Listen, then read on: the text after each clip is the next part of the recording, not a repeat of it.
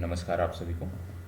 बिहार राज्य के इस विशेष सेशन में स्वागत है आप सभी का। और आप सब देख रहे होंगे पिछले 2 से 3 दिनों से लगातार हम बिहार राज्य की बात कर रहे हैं, बिहार राज्य के घटनाक्रम की बात कर रहे हैं, बिहार राज्य से जुड़े हुए जीएस जीके की बात कर रहे हैं। तो आज भी उसी क्रम को हम यहाँ पे आगे बढ़ा रहे हैं और उसी क्रम में आगे बढ़ते हुए आज जिन मुद्दों पर हम चर्चा करने जा रहे हैं, जो हमारा टारगेट है, यदि मैं उसकी बात करूं तो आज का टारगेट हमारा है भौगोलिक संरचना। क्या है टारगेट? आज हम देखने वाले हैं भौगोलिक संरचना, क्योंकि यहाँ से प्रश्न बिहार में बनते हैं, बिहार राज्य में लगातार यहाँ से प्रश्न बन रहे हैं, तो इसको हम समझने का, जानने का प्रयास करते हैं। तो आज की जो हमारी चर्चा होगी ये विशेष रूप से भौगोलिक संरचना पर आधारित चर्चा आपको देखने को मिलेगी। भौगोलिक संरचना से जुड़ी हुई हम चर्चा करेंगे। इसमें सबसे पहले बात आती है बिहार की भौगोलिक स्थिति के बारे में। सबसे पहले बिहार की भौगोलिक स्थिति के बारे में हम बात कर रहे हैं। आप जानते हैं बिहार गंगा के समृद्ध मैदानी क्षेत्र के मध्य एक बसा हुआ राज्य है। गंगा नदी आप देख रहे होंगे कि इसको बीचों बीच से 2 भागों में विभाजित करती है।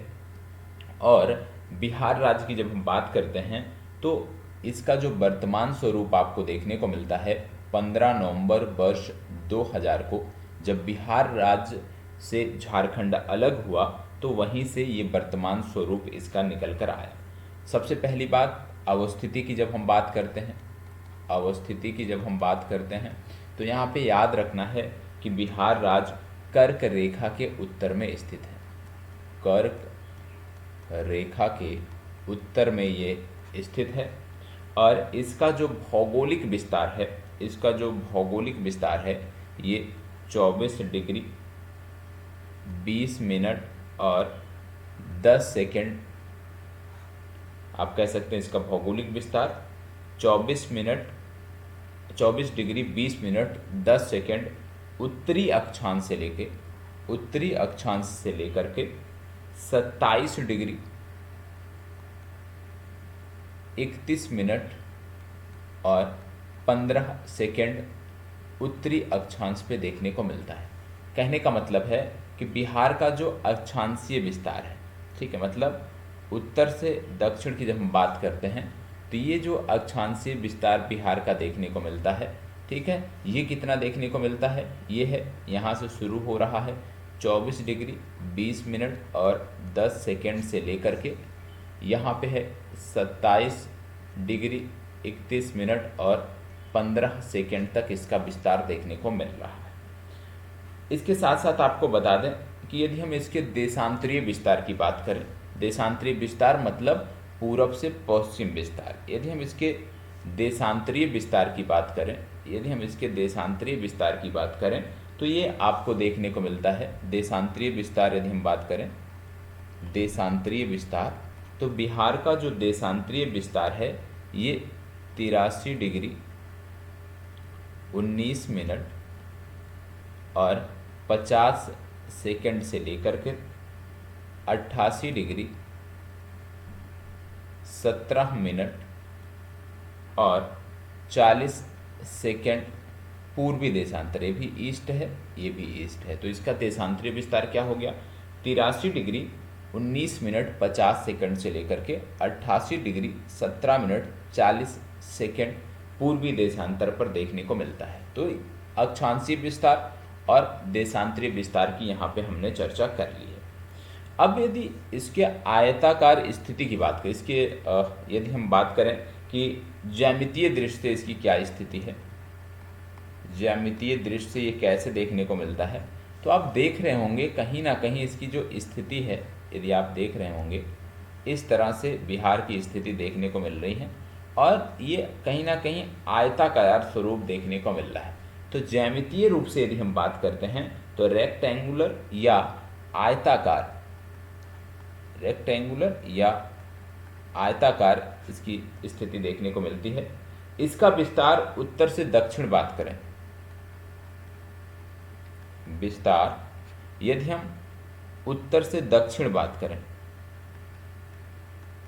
इसके विस्तार की बात करें उत्तर से दक्षिण, तो इसका उत्तर से दक्षिण जो विस्तार है वो है 345 किलोमीटर।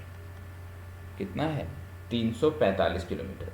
और यदि पूर्व से पश्चिम विस्तार की बात करें, यदि पूर्व से पश्चिम विस्तार की बात करें तो इसका जो आप कह सकते हो चौड़ाई है, लंबाई है, तो ये देखने को कितना मिल रहा है? 483 मीटर। कहने का मतलब है कि बिहार का उत्तर से दक्षिण विस्तार, ठीक है, उत्तर से दक्षिण विस्तार कितना देखने को मिल रहा है? यदि हम यहाँ से बात करें की, तो उत्तर से दक्षिण विस्तार कितना देखने को मिल रहा है? ये है 345 किलोमीटर। लेकिन जब हम पूर्व से पश्चिम विस्तार की बात करते हैं तो ये देखने को मिल रहा है कितना? 483 किलोमीटर। तो 345 किलोमीटर और 483 किलोमीटर, ये भी आपको पता होना चाहिए, ठीक है। इसके बाद आगे बढ़ते हैं और देखते हैं क्षेत्रफल की दृष्टि से बिहार का स्थान क्या होता है। बिहार के स्थान की यदि हम बात करें, क्षेत्रफल की दृष्टि से बिहार के स्थान की बात करें तो बिहार का जो स्थान है क्षेत्रफल की दृष्टि से ये भारत में 12वें स्थान पे आता है। क्षेत्रफल की दृष्टि से ये भारत में 12वें स्थान पे आता है और भारत के कुल क्षेत्रफल का लगभग 2.86% हिस्सा जो है वो बिहार रखता है। जनसंख्या की बात करें तो ये तो आप जान रहे होंगे कि बिहार, चलो जनगणना जो जनसंख्या है उसको हम अलग से देख लेंगे, सेंसस को। अभी हम देख लेते हैं समुद्र तल से ऊंचाई। समुद्र तल से ऊंचाई की बात करें तो बिहार की जो औसत ऊंचाई है समुद्र तल से वो 53 मीटर या आप कह लीजिए 173 फीट देखने को मिल रही है। 53 मीटर या 173 फीट देखने को मिल रही है। समुद्र तट से बिहार की जो दूरी है, हालांकि यहाँ पे बंदरगाह तो आपको नहीं देखने को मिलते, लेकिन पश्चिम बंगाल की जो राजधानी है कोलकाता, यहाँ पे जो कोलकाता पोर्ट है, श्यामा प्रसाद मुखर्जी पोर्ट, इसकी जो दूरी है बिहार से लगभग 200 किलोमीटर है, ठीक है, लगभग 200 किलोमीटर है, ठीक है। बिहार की यदि हम भौगोलिक सीमा की बात करें, ये जो भौगोलिक सीमाएं हैं बिहार की, इनकी यदि हम बात करें तो इनका निर्धारण गंडक कुछ नदियों द्वारा किया जाता है, जिनमें गंडक आ गई, गंडक के बाद घाघरा नदी आ गई, ठीक है। घाघरा नदी के बाद फिर आप देखोगे एक नदी आती है कर्मनासा, कर्मनासा नदी हो गई, गंगा नदी हो गई।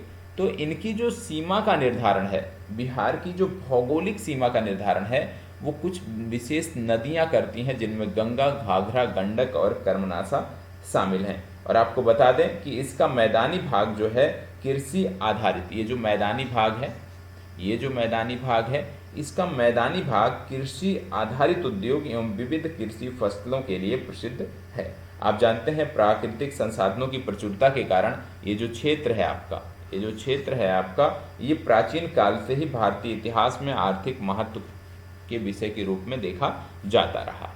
अब बिहार की जब हम भूगार्भिक संरचना की बात करते हैं, बिहार की भूगार्भिक संरचना की जब हम बात करते हैं तो आपको पता होगा कि किसी स्थान की भू आकृति, उसके भूगार्भिक संरचना, उसके निर्माण की प्रक्रिया और विकास की विभिन्न अवस्थाओं का परिणाम होती है। बिहार की यदि हम भूगार्भिक संरचना की बात करें तो आपको देखने को मिलता है कि बिहार की भूगार्भिक संरचना में प्री कैम्बियन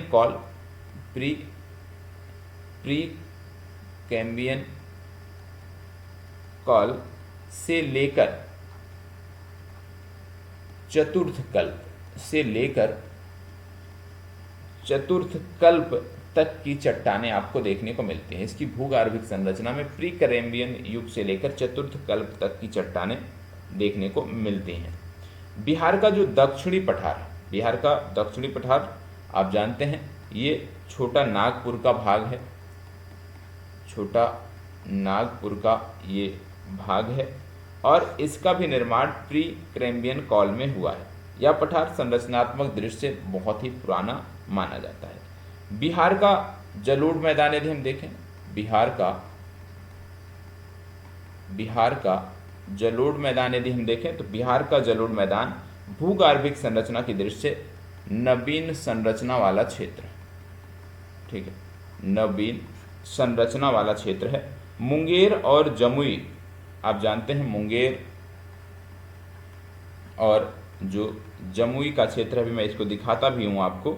तो मुंगेर और जमुई जो है ये धारवाड़ चट्टानें,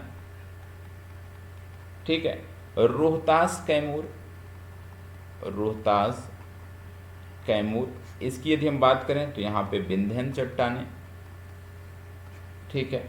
और यदि हम बात करें उत्तरी चंपारण की, उत्तरी चंपारण क्षेत्र की यदि हम बात करें तो यहाँ पे टर्शियरी चट्टानें, और बिहार का जो उत्तरी मैदान है वहाँ पे क्वार्टनरी चट्टानें आपको देखने को मिलती हैं। भूगर्भिक संरचना की दृष्टि से बिहार की धरातलीय चट्टानों को 4 भागों में विभाजित किया जाता है। कौन कौन से 4 भाग हैं, आइए देखते हैं। 4 भाग कौन कौन से हैं? पहला आता है धारवाड़ चट्टान, दूसरा आता है विंध्यन चट्टान, तीसरा आता है टर्शियरी चट्टान और चौथा आता है क्वार्टनरी चट्टान। तो ये आपने देखा कि भूगर्भिक संरचना की दृष्टि से बिहार की धरातलीय चट्टानों को 4 भागों में बांटा जाता है। बिहार की धरातलीय चट्टानों को 4 भागों में बांटा जाता है। कौन कौन से? धारवाड़ क्रम, विंध्यन चट्टान, टर्शियरी और क्वार्टनरी। अब एक एक करके हम देखते हैं। सबसे पहले हम देख लेते हैं धारवाड़ के बारे में। धारवाड़ चट्टान के बारे में हम देखने जा रहे हैं। आप जानते हैं इसके निर्माण की बात करें तो इसका निर्माण हुआ है प्री कैम्ब्रियन काल में, ठीक है। प्री कैम्ब्रियन काल में इसका निर्माण हुआ है। धारवाड़ क्रम की चट्टानों की यदि हम बात करें तो इनका जो विस्तार देखने को मिलता है, धारवाड़ क्रम आप देख रहे होंगे कहाँ पे है। धारवाड़ क्रम ये आपको जो देखने को मिल रहा है ये आपका धारवाड़ क्रम है, ठीक है। ये पूरा का पूरा एरिया जो झारखंड से लगा हुआ है, यहाँ पे धारवाड़ क्रम का विस्तार देखने को मिल रहा है। तो इसमें आपको देखने को मिलता है कि ये जो चट्टानें हैं इनका विस्तार बिहार के दक्षिण पूर्व के हिस्सों में देखने को मिलता है। और इसमें जमुई आपका हो गया, नवादा आपका हो गया, मुंगेर की पहाड़ी हो गई, मुंगेर की पहाड़ी, ठीक है। खड़गपुर की पहाड़ी हो गई, खड़गपुर की पहाड़ी हो गई, राजगीर हो गया, बोध गया आपका हो गया। ये सब जो क्षेत्र हैं, ये सब जो क्षेत्र हैं, जमुई, नवादा, मुंगेर की पहाड़ी, खड़गपुर की पहाड़ी, राजगीर, बोध गया, नवादा, ये सब जो क्षेत्र हैं यहाँ पे धारवाड़ क्रम की चट्टानें पाई जाती हैं।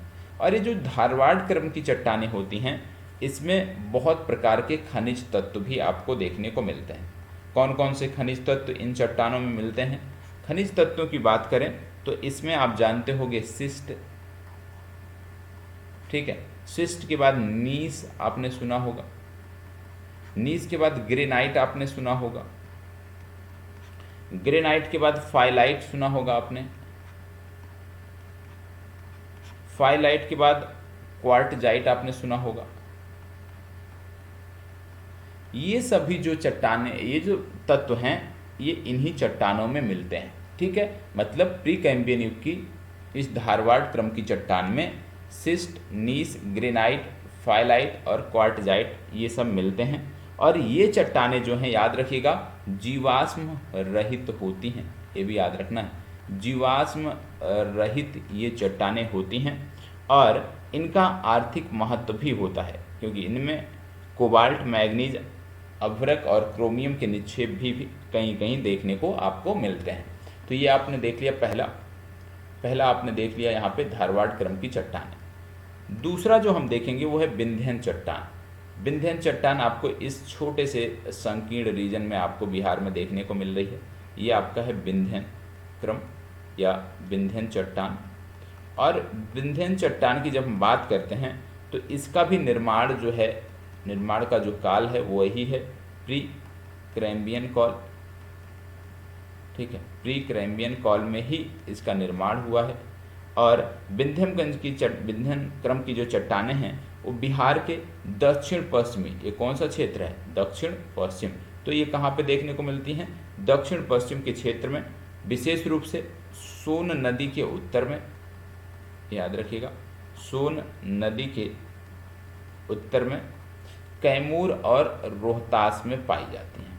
कहाँ पे? विशेष रूप से 2 जिले कैमूर और रोहतास पाई जाती हैं, और कैमूर पठार को रोहतास पठार के नाम से भी जाना जाता है। तो ये कैमूर और रोहतास से संबंधित हो गई, इनका आपको जानकारी होनी चाहिए। और विंध्यन क्रम की जो चट्टानें हैं उनको 2 वर्गों में विभाजित किया जाता है। इन चट्टानों को 2 वर्गों में विभाजित किया जाता है। पहला आता है निचला विंध्यन क्रम, निचला विंध्यन क्रम, और दूसरा आता है ऊपरी विंध्यन क्रम, निचला विंध्यन क्रम और ऊपरी विंध्यन क्रम। निचला विंध्यन क्रम की यदि हम बात करें, निचला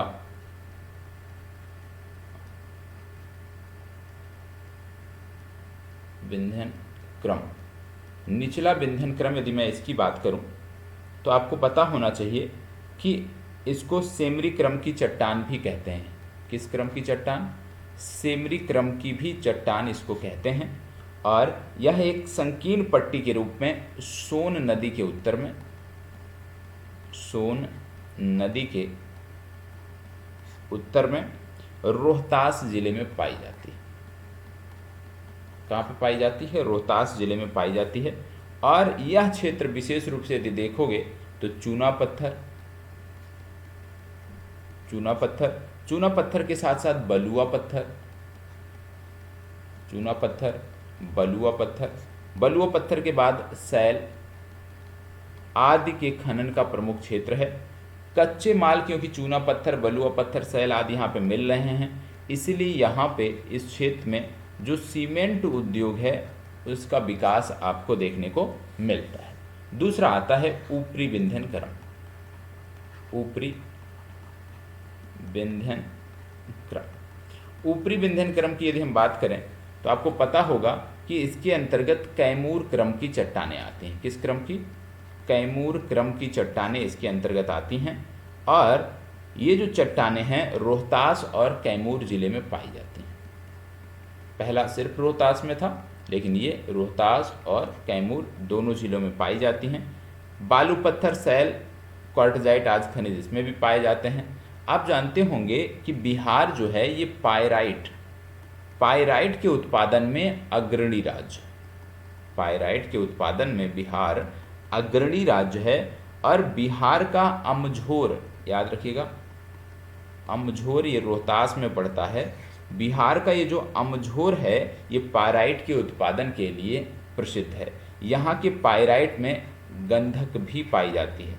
गंधक की मात्रा लगभग 40% होती है। याद रखिए, यहाँ पे जो पायराइट पाया जाता है बिहार में, वहाँ पे गंधक की जो मात्रा होती है उसमें 40% होती है। और पायराइट का उपयोग कहाँ पे होता है? तो पायराइट का जो उपयोग है सल्फ्यूरिक अम्ल, सल्फ्यूरिक अम्ल, सल्फ्यूरिक अम्ल, कागज, रबड़, चीनी उद्योगों में किया जाता है। तो ये आपको पता होना चाहिए। विंध्यन क्रम की चट्टानों की बात करें तो सामान्यतः ये जो चट्टानें होती हैं ये जीवाश्म विहीन होती हैं। याद रखिएगा, जीवाश्म विहीन चट्टानें होती हैं। और आपको यह भी बता दूं कि इसमें कैमूर क्रम की जो चट्टानें हैं उनके नितल में कार्बनिक पदार्थों की उपस्थिति से वनस्पतिक जीवन के साक्ष्य मिले। ये भी आपको याद रखना है कि कार्बनिक पदार्थों की उपस्थिति से वनस्पतिक जीवन के साक्ष्य मिले हैं।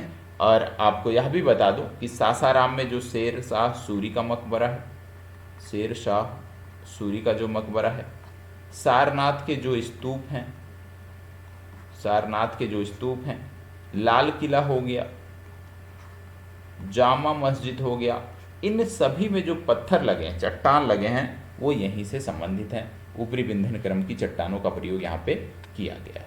ठीक है, चलिए अब 2 हो गया आपका। अब बात आती है टर्शियरी क्रम की। ठीक है, टर्शियरी क्रम की बात आती है। किस क्रम की बात आ रही है यहाँ पे? टर्शियरी क्रम की बात आ रही है। टर्शियरी क्रम, टर्शियरी क्रम कहाँ पे देखने को मिलता है? टर्शियरी क्रम की यदि हम बात करें तो चित्र से पहले ये जो संरचना है वो देखते हैं। तो ये कहाँ पे देखने को मिल रहा है? इस रीजन में देखने को मिल रहा है। तो टर्शियरी जो चट्टानें हैं हिमालय के दक्षिण में कहाँ पे देखने को मिल रही हैं? ये ये हिमालय, ये आप जान रहे हैं, ये साथ साथ आपकी हिमालयन रेंज चल रही है यहाँ पे। तो क्या है ये हिमालय के दक्षिण में शिवालिक पर्वत श्रेणी में पाई जाती हैं। इनका निर्माण कब हुआ? इनका निर्माण हुआ टर्शियरी कल्प में इनका निर्माण हुआ। और आपको बता दें कि इनका निर्माण टर्शियरी कल्प से शुरू हुआ और मायोसीन काल में भी इनका निर्माण हुआ और फिर क्वार्टनरी काल तक इनका निर्माण होता रहा। मतलब कहने का जो मतलब है कि यहाँ पे जो चट्टानें हैं उनका जो निर्माण है टर्शियरी कल्प से लेकर के क्वार्टनरी कल्प तक आपको देखने को मिलता है। ठीक है, क्वार्टनरी के आरंभ तक आपको देखने को मिलता है। और क्वार्टनरी के आरंभ में जो काल होता है उसको बोलते हैं प्लीस्टोसीन। तो प्लीस्टोसीन के आरंभ तक आपको देखने को मिलता है। बिहार के उत्तर पश्चिम भाग में स्थित जो सोमेश्वर की पहाड़ी है, बिहार के उत्तर पश्चिम में एक मैप और मैं दिखाता हूँ, उससे आपकी चीज़ें क्लियर हो जानी चाहिए।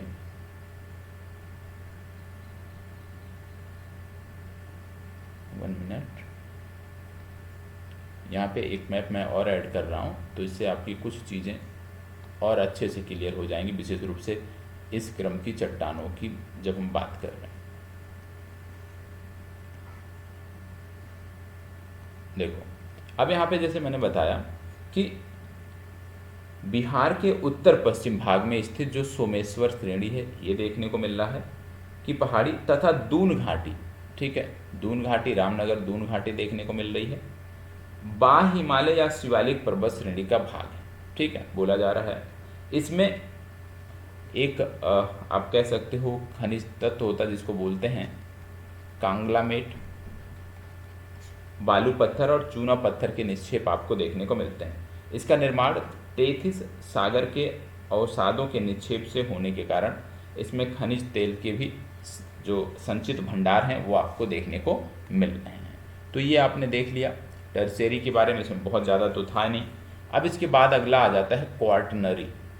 क्या आ जाता है? अगला आपका आ जाता है क्वार्टनरी चट्टान। क्वार्टनरी चट्टान की बात करें तो इसका जो विकास है ये प्लीस्टोसीन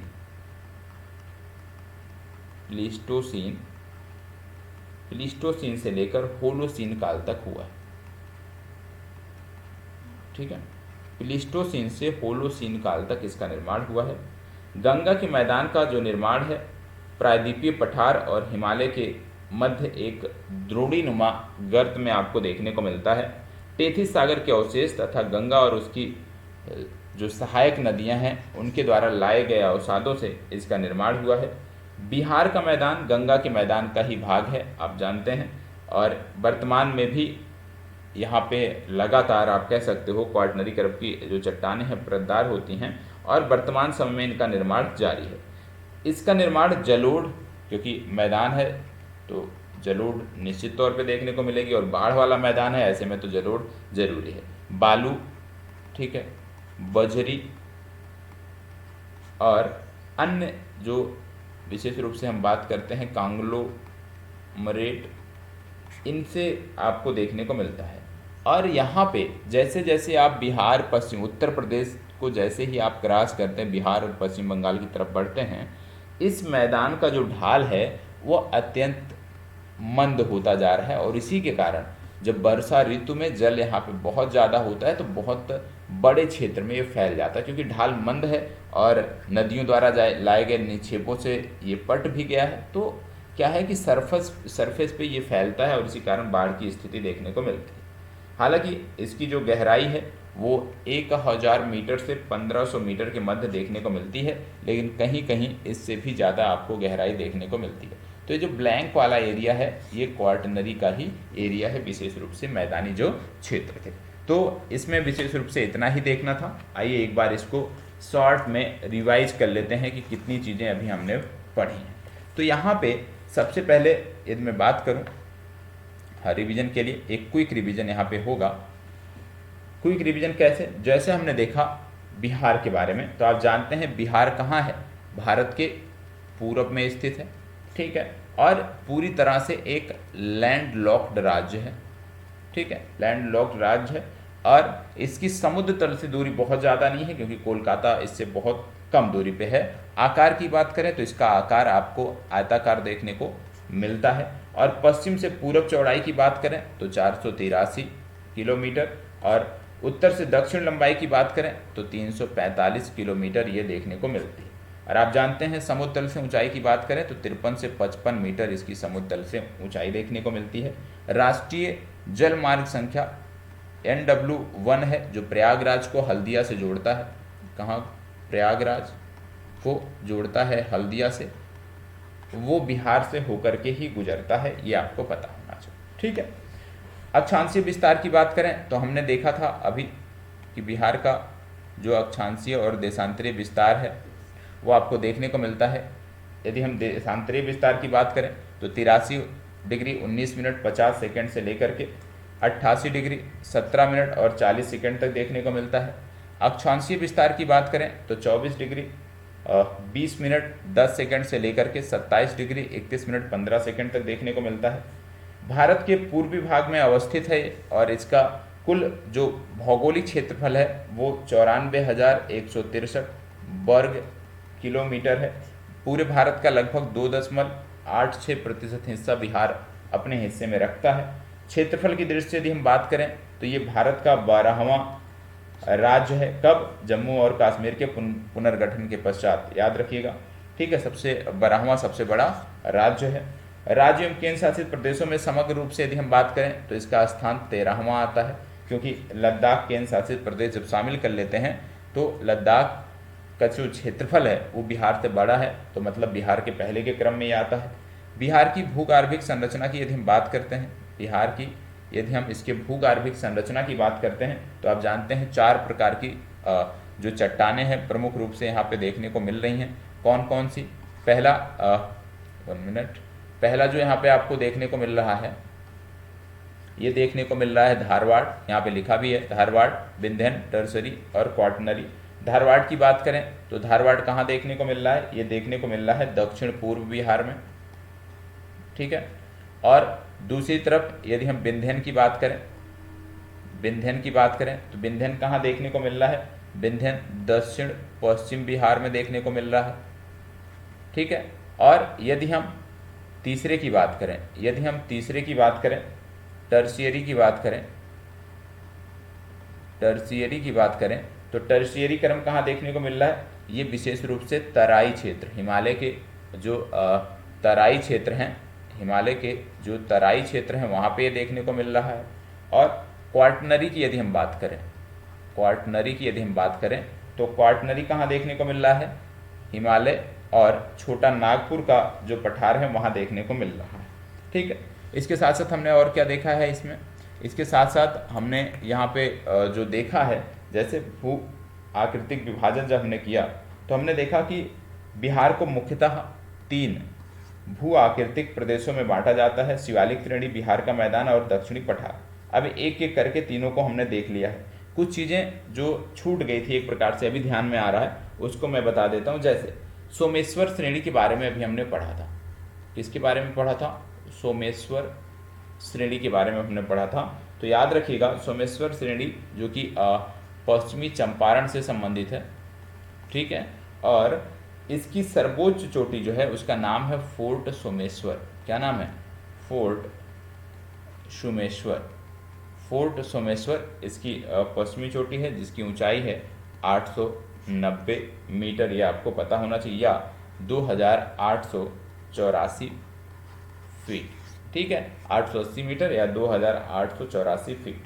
इसके साथ साथ आपको बता दें कि यहाँ पे बहुत सारे दर्रे आपको देखने को मिलते हैं इस श्रेणी, जैसे सोमेश्वर, हालांकि इसको हम आगे पढ़ेंगे अभी। सोमेश्वर, दूसरा है विखनाथोरी, तीसरा आपको कापन दर्रा देखने को मिलेगा, और तीसरा हरहा दर्रा देखने को मिलेगा। और ये जो दर्रे हैं ये विशेष रूप से भारत और नेपाल के बीच जो व्यापार है उसको व्यवस्थित करने का, व्यापार के लिए ये संपर्क बनाते हैं। ये जब हम पढ़ेंगे बिहार को बारे में, भू आकृतिक विभाजन जब पढ़ेंगे तो वहाँ पे हम देखेंगे, क्योंकि आज हमने क्या देखा है? भूगार्भिक संरचना के बारे में देखा है। भूगार्भिक संरचना के बारे में देखा है।